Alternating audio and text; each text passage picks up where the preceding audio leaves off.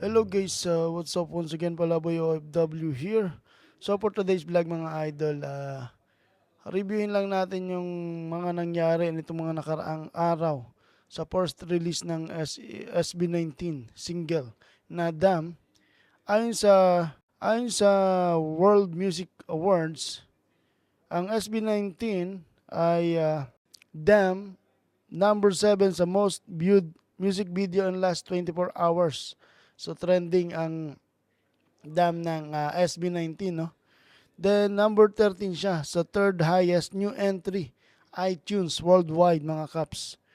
Then number 14 ang Damn single release sa fifth highest new entry iTunes worldwide. Number 53 siya sa iTunes US. So napakagaling at napakagandang comeback to para sa SB19 mga kaps.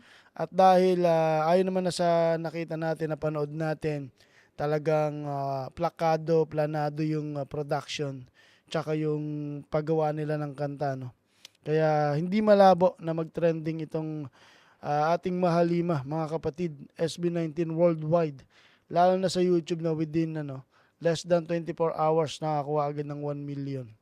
And now, number 7 siya trending sa YouTube mga kapatid.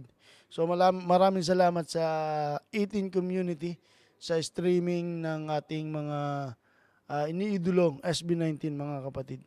So basahin natin yung mga naging reaction ng ating mga kapatid sa 18 community Facebook. Thanks to World Music Awards, SB19 deserve it. They are also talented, multi-talented, and multi-awarded P-pop group yet so humble. SB19, congratulations. Thank you, WMA. They truly deserve it and more. Hard work and pure artistry. Right people behind them through 1Z and 18. Way to go. The music video is amazing. Got or LOTR vibes world class. So, yun mga kapatid, maraming salamat at trending ang SB19 Mahalima.